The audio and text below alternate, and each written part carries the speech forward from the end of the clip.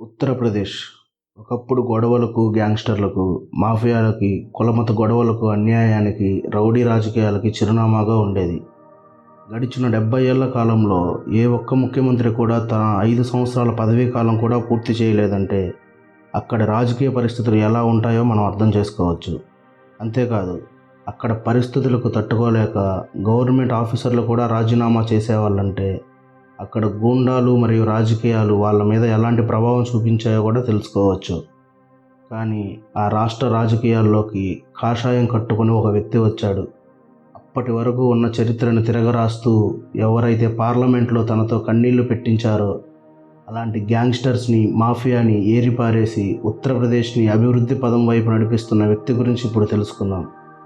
అతను ఎవరో కాదు, యోగి ఆదిత్యనాథ్ జీ మహారాజ్. సన్యాసం స్వీకరించడం అంటే కాషాయం బట్టలు వేసుకుని ఉండిపోవడమే కాదు, నిద్రపోతున్న సమాజాన్ని, అడ్డదారి తొక్కుతున్న సమాజాన్ని సరైన దారిలో తీసుకొని వచ్చి భావితరాలకు మార్గదర్శిగా నిలుస్తూ ముందుకు నడిపించడం అంటూ దూసుకుపోతున్న ఒక మహాయోగి ఉత్తరప్రదేశ్ ముఖ్యమంత్రి యోగి ఆదిత్యనాథ్ జీ మహారాజ్.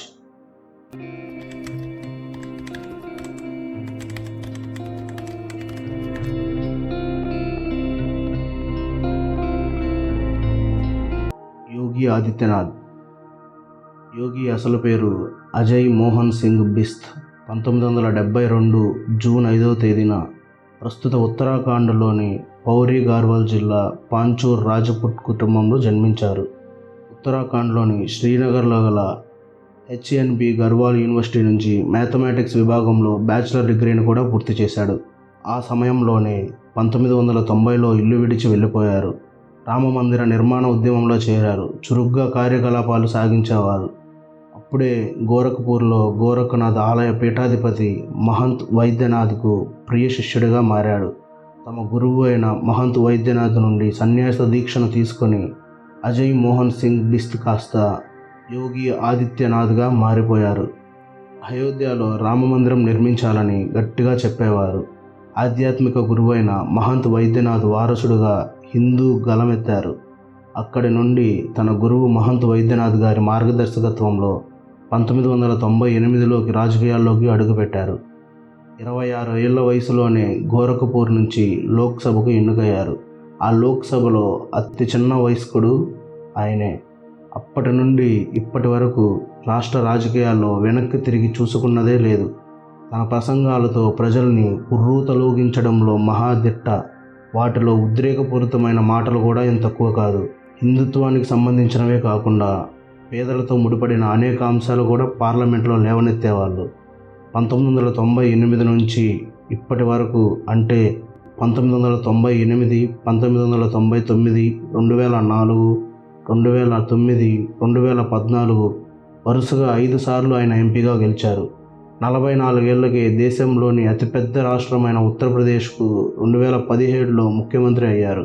అంతేకాకుండా యోగి ఆదిత్యనాథ్ అప్పట్లో కొద్దిమంది యువకులతో కలిసి ఏప్రిల్ 2002లో శ్రీరామనవమి రోజున హిందూ యువవాహిని పేరిట ఒక సాంస్కృతిక సంస్థను ఏర్పాటు చేశాడు. పూర్వాంత్ యోగి ఆదిత్యనాథ్ ప్రైవేటుగా తయారు చేసిన ఈ ఆర్మీకి సొంత నిబంధనావళితో క్రమంగా వేల మంది సభ్యులతో పూర్వాంచల్ ప్రాంతంలో ఎదురులేని శక్తిగా నిలిచింది. యోగి ఆదిత్యనాథ్ ఆధిపత్యానికి గుర్తుగా అవతరించింది. పేరుకి ఇది సాంస్కృతిక సంస్థ అయినా కూడా దీని లక్ష్యం హిందూ మతాన్ని, ధర్మాన్ని రక్షించడం అని చెప్తాడు యోగి. దీనిలో భాగంగానే ఘర్ వాప్సీ పేరుతో మతం మారిన కొన్ని వేల మందిని తిరిగి హిందూ మతంలోకి ఆహ్వానించే కార్యక్రమం ఈ సంస్థ చేపట్టింది. పార్లమెంట్ సభ్యుడిగా కంటే హిందూ అతివాదిగానే ఆయన ఎక్కువ పాపులర్ అయ్యారు. ఇతర మతాల వారిని హిందువులుగా మార్చాలన్నదే తన జీవిత లక్ష్యమని ఆయన చెప్తారు. 2005లో రాష్ట్రంలోని ఈటాలో 5,000 మందిని హిందూ మతంలోకి మార్పిడి చేయించారు. ఈ సందర్భంగా భారతదేశాన్ని హిందూ జాతిగా మారుస్తానని ప్రతిజ్ఞ కూడా చేశారు. సూర్య నమస్కారాలు చేయడం యోగాభ్యాసంలో భాగమని గట్టిగా వాదించేవారు. దీనిని విమర్శించే వాళ్ళు సముద్రంలో పడి చావొచ్చని లేదా చీకటి గదుల్లో మగ్గిపోవాలని వ్యాఖ్యానించి అప్పట్లో ఒక సంచలనం కూడా సృష్టించారు. అయితే ఈ సంస్థ మతపరమైన ఉద్రిక్తతల్లో జోక్యం చేసుకుంటుంది అని ఈ సంస్థకి నాయకత్వం వహిస్తున్న యోగిని 2007లో అరెస్టు చేశారు. 11 రోజుల రిమాండ్ తర్వాత బెయిల్ పైన విడుదలైన తనని అప్పటి అధికారంలో ఉన్న ములాయం సింగ్ యాదవ్ ప్రభుత్వం తనని వేధిస్తుంది అని, ఎంపీగా ఉన్న తన పరిస్థితి ఇలా ఉంటే ఇంకా సామాన్య ప్రజల సంగతి ఏంటని సొంత కుటుంబాన్ని కూడా దూరం చేసుకొని ప్రజలకు సేవ చేయడానికి సన్యాసాన్ని తీసుకుని వచ్చిన తనకు ఈ నీచ రాజకీయాలు అంటగట్టి కక్ష సాధింపు చర్యలు ఏంటని పార్లమెంట్లో అప్పటి స్పీకర్ సోమనాథ్ చటర్జీతో చెప్పుకొని కన్నీరు పెట్టుకున్నారు.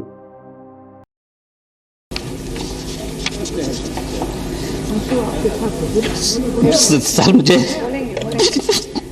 बोले don't be Tell him. Go on, Nitin.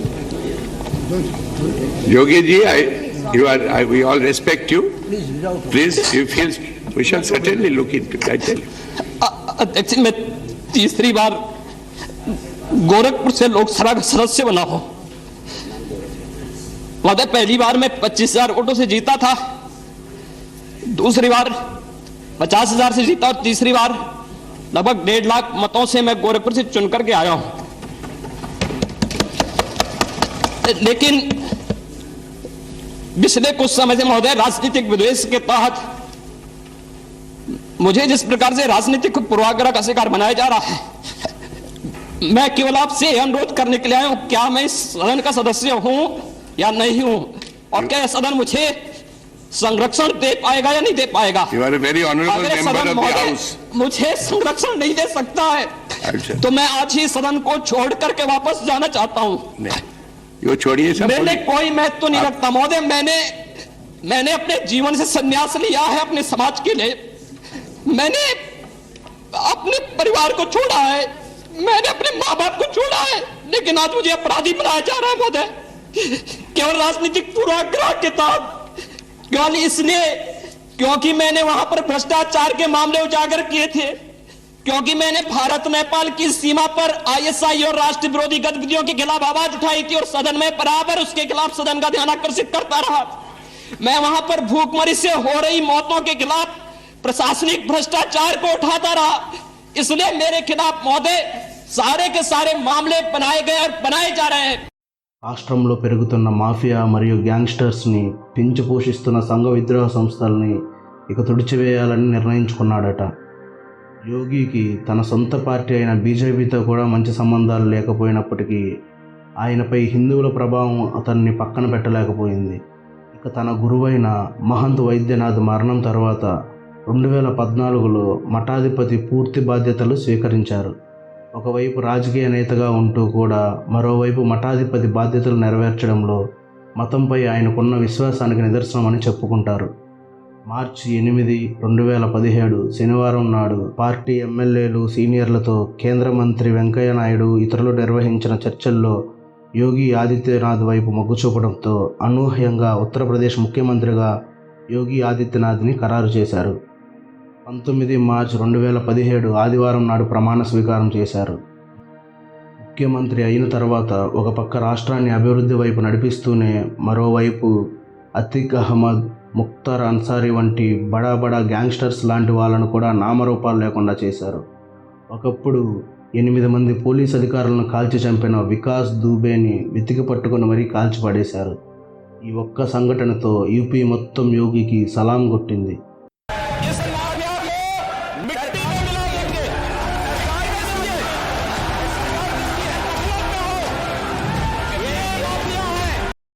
అంతేకాక యూపీలో క్రిమినల్స్పై 10,000కు పైగా ఎన్కౌంటర్లు చేశారంటూ అందులో 183 మంది క్రిమినల్స్ హతమైనట్లు మీడియాలో కథనాలు కూడా వచ్చాయి.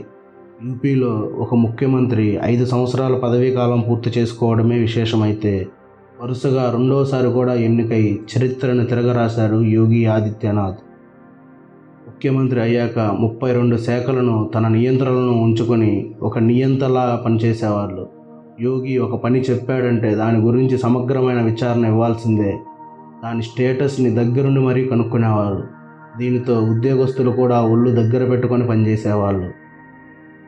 దీనితో యోగి చాలా విప్లవాత్మకమైన మార్పులను కూడా తీసుకొచ్చారు. యూపీలో గోవధను నిషేధించారు. అప్పట్లో ఇది ఒక సంచలనం. అక్రమ కలేబాలను మూయించి వేశాడు. లవ్ జిహాద్ను అరికట్టడమే లక్ష్యంగా బలవంతపు మత మార్పిడులకు వ్యతిరేకంగా తొలిత ఆర్డినెన్స్, ఆ తర్వాత బిల్లు తీసుకొచ్చాడు.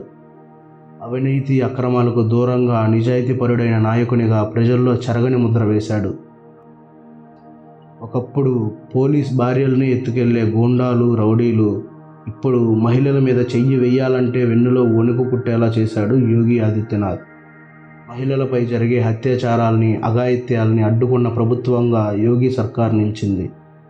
ఇవే కాక సంక్షేమ పథకాలు ప్రజలకు చేర్చడంలో ముఖ్యమంత్రి ఘనత సాధించాడు. ఒకప్పుడు కేవలం కొన్ని గంటలకు మాత్రమే పరిమితమైన కరెంటుని యోగి ప్రభుత్వంలో మారుమూల పల్లెలకు కూడా కరెంటుని పూర్తిగా ఉపయోగించుకునేలా అందజేశారు. ప్రతి స్కూళ్ళలో ఉపాధ్యాయుడు బయోమెట్రిక్ వేయాలనే నిబంధనను తీసుకువచ్చాడు. దీంతో ప్రతి ఒక్క ఉపాధ్యాయులు రెగ్యులర్గా స్కూలుకు రావడం, పిల్లలకు మెరుగైన భవిష్యత్తును ఇవ్వడంలో కృషి చేశాడు యోగి ఆదిత్యనాథ్. రైతులకు ఉచితంగా బోరు వేయించడం, నాణ్యమైన విత్తనాలు ఇవ్వడంతో అక్కడ వ్యవసాయం వ్యవస్థ కూడా చాలా వరకు మెరుగుపడింది. దీనితో రైతులు యోగిని దేవుడిని చేశారు. నిరుద్యోగం తగ్గి యూపీ టూరిజంకి ఆకర్షణ పెరిగింది. అటు శాంతి భద్రతల విషయంలో, ఇటు ఉపాధి అవకాశాల కల్పన విషయంలో ఎక్కడా తగ్గని యోగి ఆదిత్యనాథ్ అవసరమైతే ఎన్కౌంటర్స్తో లేకపోతే బుల్డోజర్స్తో విరుచుకుపడి బుల్డోజర్ బాబాగా కూడా పేరు తెచ్చుకున్నాడు. యోగి ప్రభుత్వ పరిపాలనలో క్రైమ్ రేట్ బాగా తగ్గింది అని అనేక సర్వేలు చెప్పడంతో కేంద్రంలో యోగికి మంచి గుర్తింపు వచ్చింది. నరేంద్ర మోదీని అమితంగా ఇష్టపడే యోగి అనుకున్న పనిని సాధించడంలో మోదీని మించిన వారు ప్రపంచంలోనే లేరని ప్రశంసలు కురిపించాడు. ఫ్రెండ్స్, ఈ వీడియో మీకు నచ్చినట్లయితే please like, share and subscribe.